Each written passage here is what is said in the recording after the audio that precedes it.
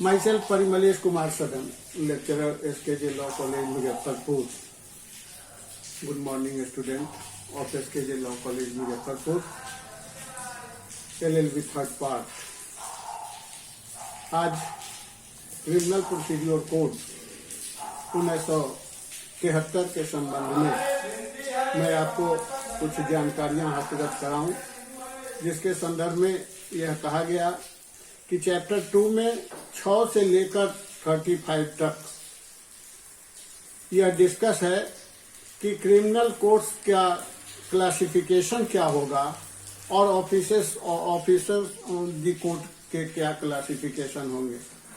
इस संदर्भ में जब हम सेक्शंस को देखते हैं तो सेक्शन 6 ऑफ सीआरपीसी कहता है कि एवरी स्टेट में, भारत के सभी राज्यों में एक क्रिमिनल कोर्ट्स एस्टेब्लिश होगा जो हाई कोर्ट के नियंत्रण और कंट्रोल में होगा. उस संदर्भ में सेक्शन 6 में 4 कोर्ट की स्थापना के संदर्भ में यह क्रिमिनल प्रोसीड्यूर कोड बताता है. पहला कहता है कोर्ट ऑफ सेशंस, दूसरा judicial magistrate of the first class and any metropolitan magistrate. इस जगह आपको यह क्लियर कर दूं कि हर एक न्यायालयों के अलावा जो महानगरीय प्रदेश हैं, जो महानगर के क्षेत्र हैं, जैसे बॉम्बे, कलकत्ता, मद्रास, दिल्ली और नाउ अहमदाबाद भी, जिसमें 10 लाख पॉपुलेशन से ज्यादा हो गई है और सरकार ने उसको महानगर घोषित कर दिया है, वह महानगरीय मजिस्ट्रेट के रूप में जाने जाएंगे. थर्ड कहता है judicial magistrate of the second class, और चौथा क्लासिफिकेशन है executive magistrate of the executive magistrate, जिसमें डीएम स्तर, एडीएम स्तर, एसडीओ स्तर के न्यायालयों का वर्णन इस संहिता में किया गया है. जहां तक क्लासिफिकेशन ऑफ कोर्ट्स के संदर्भ में आपको बताऊं तो आप देखेंगे कि फर्स्ट सेशंस डिवीजन में 3 तरह का कोर्ट की स्थापना के संदर्भ में निर्दिष्ट है. पहला सेशन जज, सेकंड एडिशनल सेशन जज, थर्ड असिस्टेंट सेशन जज.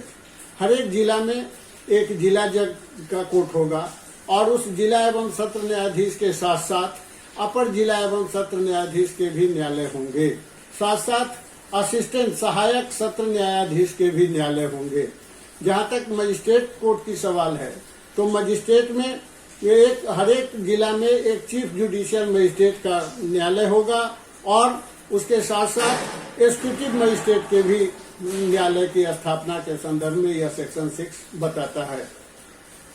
और उसके अलावा मेट्रोपॉलिटन एरिया में मेट्रोपॉलिटन मजिस्ट्रेट की स्थापना के संदर्भ में यह निर्णय बताया गया है. सेक्शन 6 कहता है, सेक्शन 6 के बाद सेक्शन 7 कहता है कि हर एक न्यायालयों के अपना टेरिटोरियल डिवीजन होंगे. उनके क्षेत्राधिकार के अंतर्गत ही सभी न्यायालय अपने काम करेंगे. जब भी किसी डिस्ट्रिक्ट के जिला जज होंगे तो वह अपने डिस्ट्रिक्ट के अंतर्गत काम करेंगे और उस डिस्ट्रिक्ट के अन्यत्र के क्षेत्राधिकार वाले मुकदमे को वह गृहीत नहीं करेंगे. उसके बाद सेशन डिवीजन के अलावा सेक्शन 8 कहता है मेट्रोपॉलिटन एरिया के संदर्भ में महानगरीय मजिस्ट्रेट जो महानगर में होंगे. जैसे बिहार हमारा महानगर नहीं है तो हम यहाँ नॉर्मल कोर्ट में जो हमारे judicial magistrate of the first class और judicial magistrate of the second class और डिस्ट्रिक्ट एंड सेशन जज या एडिशनल सेशन जज या असिस्टेंट सेशन जज, यह लोग कार्यरत रहेंगे. सेक्शन 9 डिफाइन करता है कि कोर्ट ऑफ सेशन जज, जिसमें यह कहा गया कि हर एक जिला में हाई कोर्ट के द्वारा एक जिला जज का अपॉइंटमेंट होगा और वही हाई कोर्ट जिला जज के अलावा अतिरिक्त जिला एवं सत्र न्यायाधीश की भी स्थापना करेगा, अपॉइंटमेंट करेगा. साथ साथ असिस्टेंट सेशन जज को भी वह पावर करेगा. 9 के बाद सेक्शन 10 कहता है सबऑर्डिनेट ऑफ असिस्टेंट सेशन जज. सेक्शन 9 में डिस्ट्रिक्ट एंड सेशन जज एंड एडिशनल सेशन जज की स्थापना के संदर्भ में निहित है, जबकि सेक्शन 10 कहता है सबऑर्डिनेशन ऑफ असिस्टेंट सेशन जज. सबके सभी जो असिस्टेंट सेशन जज होंगे, यहाँ यह भी मैं आपको चर्चा करते चलूं कि पावर्स ऑफ द कोर्ट की चर्चा आगे है, लेकिन जहां क्लासिफिकेशंस ऑफ कोर्ट की चर्चा हो रही है, तो इस संदर्भ में कुछ मुख्य बातें आप जान लें कि हरेक जिला जज को, जिला एवं सत्र न्यायाधीश को सिविल एवं क्रिमिनल मुकदमों की कार्यवाही करने का अधिकार प्राप्त है। असिस्टेंट सेशन जज को भी सिविल और क्रिमिनल करने का अधिकार प्राप्त है। एडिशनल डिस्ट्रिक्ट जज, सेशन जज को भी वह अधिकार प्राप्त है। लेकिन जुडिशियल मजिस्ट्रेट के हैसियत से कोई न्यायिक दंडाधिकारी सिर्फ क्रिमिनल मुकदमे का ही निर्वहन करेगा, कार्यवाही करेगा। धारा 11 सीआरपीसी में सेवरल जुडिशियल मजिस्ट्रेट कोर्ट की एस्टेब्लिशमेंट की बात कही गई है। यह हाई कोर्ट के नियंत्रण और कंट्रोल के तहत निर्देशानुसार हर एक जिला में सेवरल जुडिशियल मजिस्ट्रेट के न्यायालय होंगे। धारा 12 में हर एक जिला में एक मुख्य न्यायिक दंडाधिकारी और एक अपर मुख्य न्यायिक दंडाधिकारी का न्यायालय काम करेगा। थर्ड में विशेष न्यायिक मजिस्ट्रेट की भी चर्चा की गई है।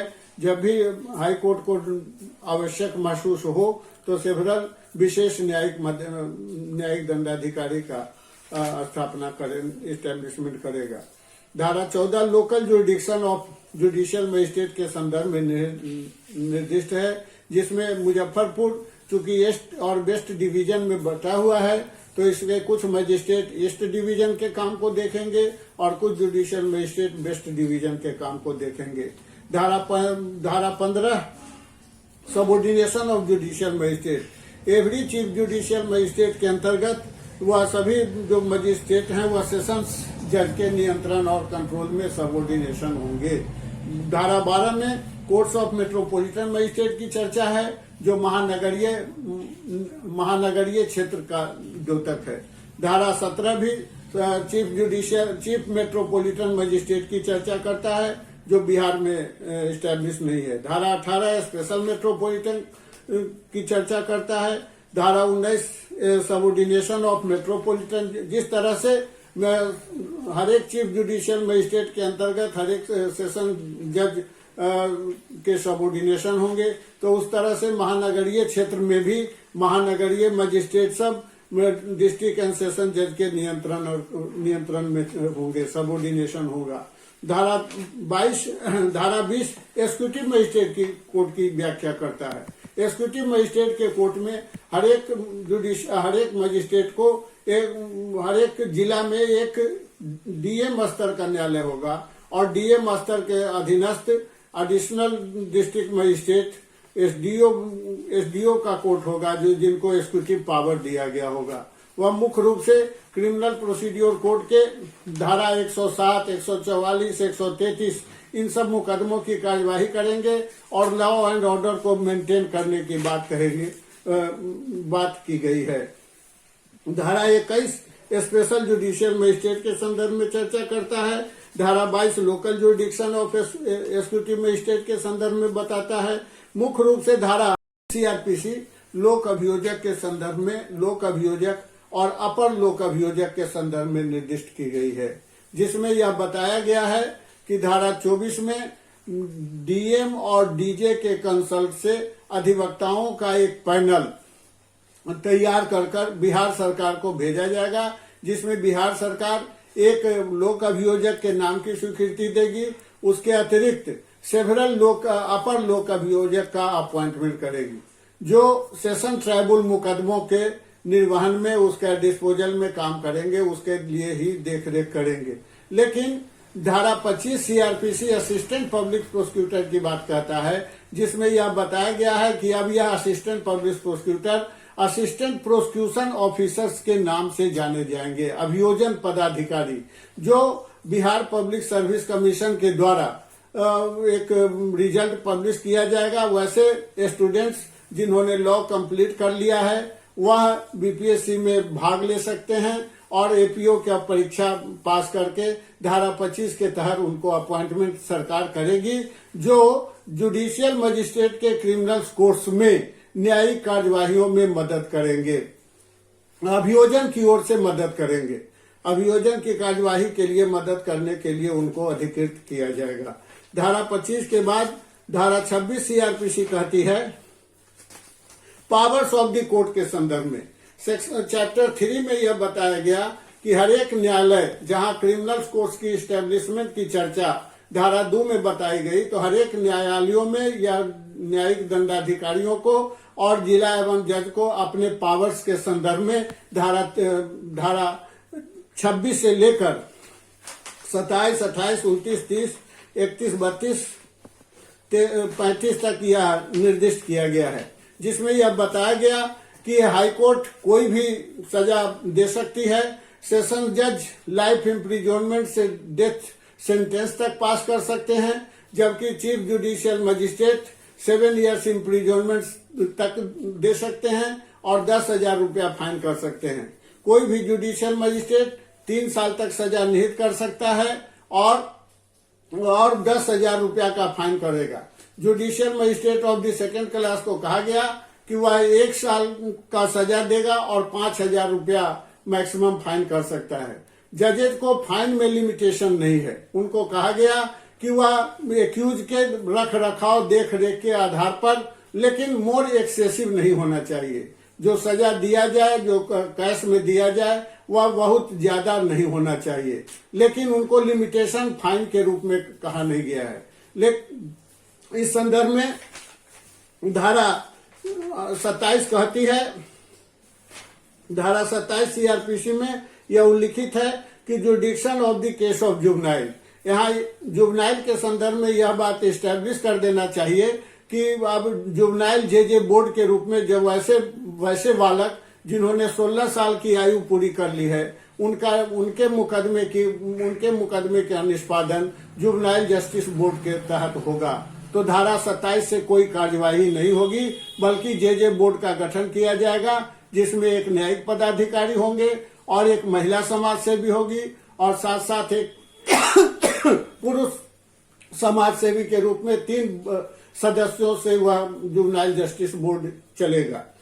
धारा 28 कहता है कि सेंटेंस विच हाईकोर्ट और सेशन जज में पास, हाईकोर्ट कोई भी sentence as authorise by law pass कर सकता है और सेशन जज के संदर्भ में कहा गया कि डेथ सेंटेंस से लेकर लाइफ इम्प्रिजनमेंट तक दे सकते हैं, लेकिन डेथ सेंटेंस के लिए उन्हें हाईकोर्ट से परमिशन की आवश्यकता होगी। असिस्टेंट सेशन जज वह सिर्फ सत्रवाद के मुकदमे में, जो वैसे मुकदमे जो 10 साल तक जिसमें सजा निहित है और 10 साल तक ही वह सजा दे सकते हैं, लाइफ इम्प्रिजनमेंट का सजा उनको देने का अधिकार नहीं है। Judicial sentence imprisonment of default of fine, जिसमें यह बताया गया कि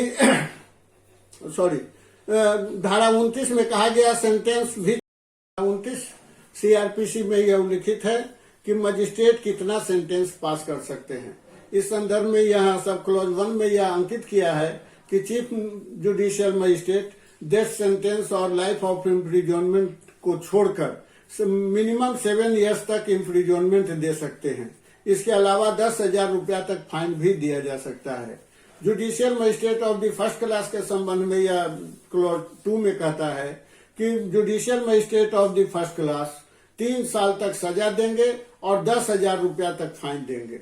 judicial magistrate of the second class के संदर्भ में सब क्लॉज 3 सीआरपीसी कहता है 29 का कि वह 1 साल तक सजा देंगे और 5,000 रुपया से ज्यादा फाइन करने का अधिकार उनको नहीं होगा।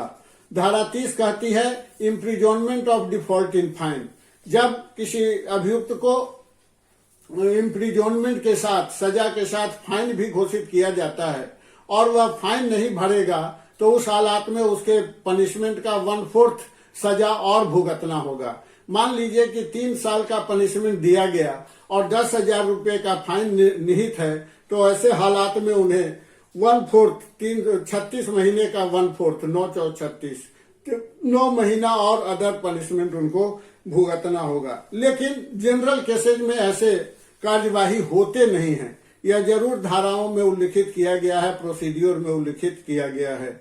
धारा 31 कहती है sentence in case of conviction of several offence, एक मुकदमे की विचारण के दौरान सेवरल ऑफेंस के लिए सजा दिया जा सकता है। चूंकि एक एफआईआर में फर्स्ट इंफॉर्मेशन रिपोर्ट जो धारा 154 सीआरपीसी में कॉग्निजेबल ऑफेंस के संदर्भ में उल्लिखित है, तो उसमें सेवरल दफाओं में अगर प्राथमिकी दर्ज की गई है, तो एक मुकदमे में ट्रायल भी भिन्न भिन्न धाराओं का होगा और उसमें सजा एक साथ दिया जा सकता है, सेंटेंस सभी मुकदमे। लेकिन इस संदर्भ में यह उल्लेख करना आवश्यक है कि मजिस्ट्रेट अपने पावर से ट्वाइस, अगर 3 साल उनको सजा देना है तो 3 साल के बदले अगर कंकरेंटली और एक्सक्लूसिवली 2 तरह के सेंटेंस का वर्णन सीआरपीसी में कहा गया है कि सभी सजाएं एक साथ चलेगी और सभी सजाएं एक समाप्त होने के बाद दूसरी चलेगी। इस हालात में मजिस्ट्रेट साहब को यह सिर्फ इतना पावर है कि अगर 3 साल उनको सजा देना है तो उसके जगह वह 3 से ट्वाइस दुगना उसको कर सकते हैं और 6 साल तक पनिशमेंट उसको बढ़ा सकते हैं। लेकिन सेशन जज को ऐसा प्रावधान नहीं दिया गया है। धारा 33 में उल्लिखित है कि पावर्स ऑफ ऑफिसर अपॉइंटमेंट, जो भी ऑफिसर अपॉइंटमेंट किए गए हैं उनके पावर के तहत जो भी judicial magistrate of the first class है, judicial magistrate of the second class है, जो पावर उनको हाई कोर्ट के द्वारा लेटर से वेस्ट किया गया है उस पावर तक ही वह कार्यवाही करेंगे। उससे अगर कोई कार्यवाही करेंगे तो वह अगेंस्ट द लॉ होगा। धारा 34 कहती है withdrawal of powers. High court को यह अधिकृत है कि किसी भी समय जो मजिस्ट्रेट को या जिला जज को या एडिशनल जज को जो पावर निहित किया गया है किसी भी समय उसको वापस ले सकती है।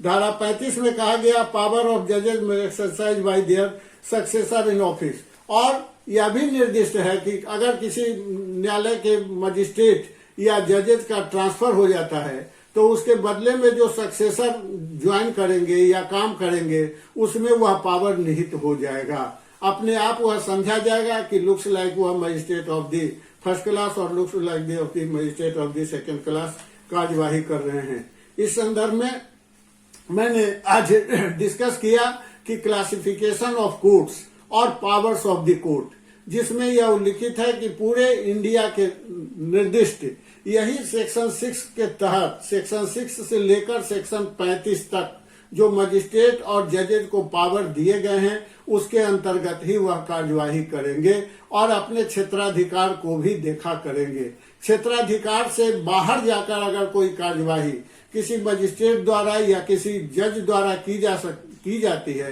तो हाई कोर्ट्स उस पर रोक लगा सकती है। वह इस हालात में आज जो संदर्भित है, आज प्रथम दिन ऑनलाइन आप लोगों के क्लासेज का शुरुआत किया गया है। आए दिन भी इसी तरह से रेगुलर आपको टीचिंग क्लासेज हम एसकेजे लॉ कॉलेज से प्रोवाइड करते रहेंगे। With thanks, all the best.